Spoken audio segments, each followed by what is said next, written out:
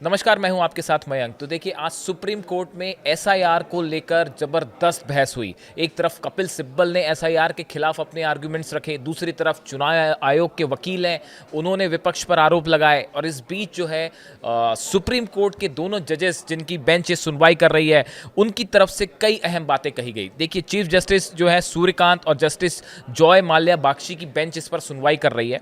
और supreme court ने SIR के खिलाफ दायर तमिलनाडु, बंगाल और केरल की याचिका पर सुनवाई की। इस दौरान चुनाव आयोग ने कहा, जो चुनाव आयोग के वकील थे, उन्होंने कहा कि एसआईआर को लेकर राजनीतिक दल जानबूझकर डर का माहौल बना रहे हैं। ये आर्गुमेंट दिया गया चुनाव आयोग की तरफ से, उनके वकील की तरफ से। और उसके बाद देखिए, जो बेंच थी, इन्होंने केरल सरकार की याचिका पर केंद्र और राज्य चुनाव आयोग से 1 दिसंबर तक जवाब देने को कहा है। अगली सुनवाई 2 दिसंबर को होगी। लेकिन इस पूरी सुनवाई के दौरान जो बेंच है जजेस की, चीफ जस्टिस सूर्यकांत और जस्टिस बागची, इनकी तरफ से कई अहम बातें कही गई। देखिए, बेंच ने कहा, अगर राज्य सरकार मजबूत आधार देती है तो हम तारीख बढ़ाने का निर्देश दे सकते हैं। ये एक बड़ी अहम बात कही गई है। उन्होंने कहा कि राज्य सरकार अगर मजबूत आधार देती है, मजबूत ग्राउंड देती है, तो हम तारीख बढ़ाने का आदेश दे सकते हैं। ये अपने आप में एक बहुत बड़ी बात सुप्रीम कोर्ट की तरफ से कही गई। उन्होंने कहा कि एसआईआर पहले कभी नहीं हुआ, तो यह वजह इलेक्शन कमीशन के फैसले को चुनौती देने का आधार नहीं बन सकती। देखिए, पहले नहीं हुआ एसआईआर, सिर्फ इस आधार पर इस पर रोक लगा दी जाए, ये संभव नहीं है, ये चुनौती देने का आधार नहीं बनता। इस तरह का कमेंट जो है वो बेंच की तरफ से कहा गया। देखिए, सुप्रीम कोर्ट के जो चीफ जस्टिस हैं, जो नए चीफ जस्टिस बने हैं सूर्यकांत, इनकी तरफ से कहा गया कि आधार सरकारी योजनाओं का लाभ लेने के लिए है। अगर किसी को राशन के लिए आधार दिया गया है तो क्या उसे मतदाता भी बना दिया जाए। उन्होंने एग्जाम्पल दी दिया कि मान लीजिए कोई व्यक्ति पड़ोसी देश से आता है और मजदूर के रूप में काम करता है, तो क्या उसे मतदान करने की अनुमति भी दे दी जाए। ये सवाल जो है वो बेंच की तरफ से, सुप्रीम कोर्ट की बेंच की तरफ से पूछा गया। देखिए, ये बड़ा कमेंट माना जा रहा है इस पूरे मामले को लेकर। जो जस्टिस सूर्यकांत ने एग्जैक्ट बात कही, मैं आपको बताऊं, अगर आधार कार्ड, उन्होंने कहा, चीफ जस्टिस ने कहा कि आधार कार्ड नागरिकता का सबूत नहीं है। आधार केवल सरकारी लाभ लेने के लिए जरूरी है, इसलिए सिर्फ आधार होने से कोई व्यक्ति अपने आप वोटर नहीं बन जाता। ये बेहद अहम टिप्पणी है चीफ जस्टिस की, जस्टिस सूर्यकांत की, जो नए चीफ जस्टिस बने हैं। मैं एक बार फिर रिपीट करूंगा, देखिए, बेहद अहम बात कही इन्होंने कि आधार कार्ड नागरिकता का सबूत नहीं है, आधार केवल सरकारी लाभ लेने के लिए ज़रूरी है, इसलिए सिर्फ आधार होने से कोई व्यक्ति अपने आप वोटर नहीं बन जाता। इन्होंने बड़ी अहम बात कही।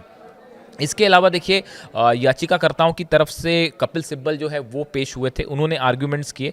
उन्होंने जो 5-6 बड़ी बातें कही, जो 5-6 बड़े आर्ग्यूमेंट्स रखे सुप्रीम कोर्ट में, मैं आपको बताता हूं। उन्होंने कहा कि एसआईआर से लोगों की लोकतांत्रिक भागीदारी पर असर पड़ रहा है। कपिल सिब्बल ने कहा। देखिए, कपिल सिब्बल की तरफ से ज़बरदस्त धुआंधार आर्ग्यूमेंट किए गए और वो इसी के लिए जाने भी जाते हैं।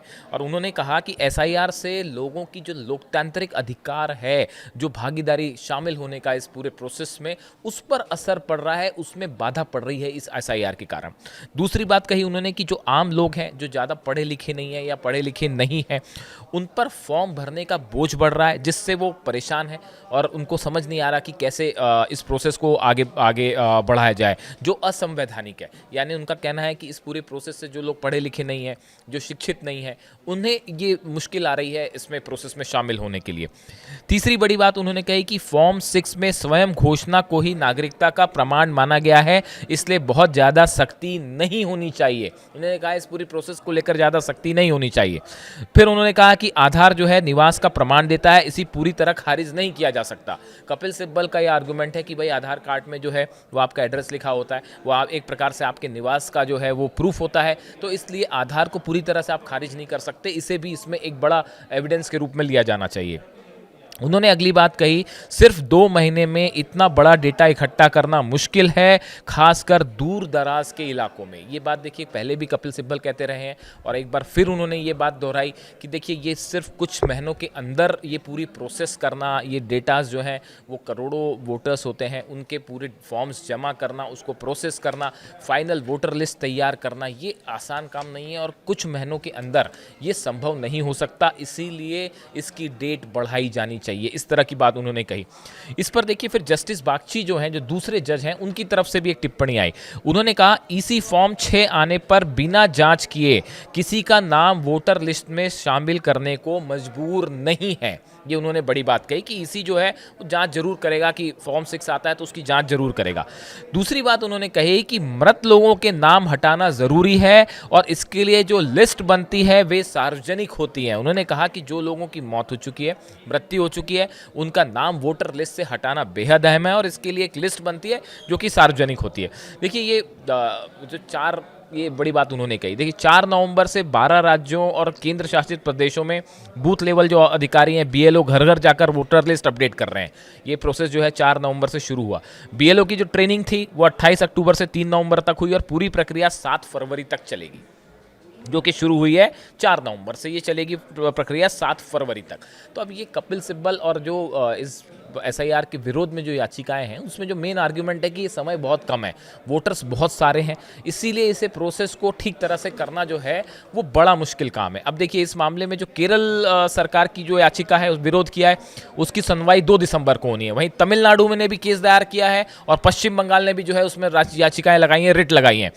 उनकी सुनवाई पर तमिलनाडु की याचिका पर 4 दिसंबर और पश्चिम बंगाल की याचिका पर 9 दिसंबर को सुनवाई होगी और इसी दिन चुनाव आयोग राज्य की ड्राफ्ट वोटर लिस्ट भी जारी करेगा। देखिए सबसे ज़्यादा विरोध इसका जो है वो वेस्ट बंगाल में हो रहा है। ममता बनर्जी मार्च पर निकल चुकी है, मार्च निकालने के लिए निकल चुकी हैं वो, और मार्च निकाल रही हैं।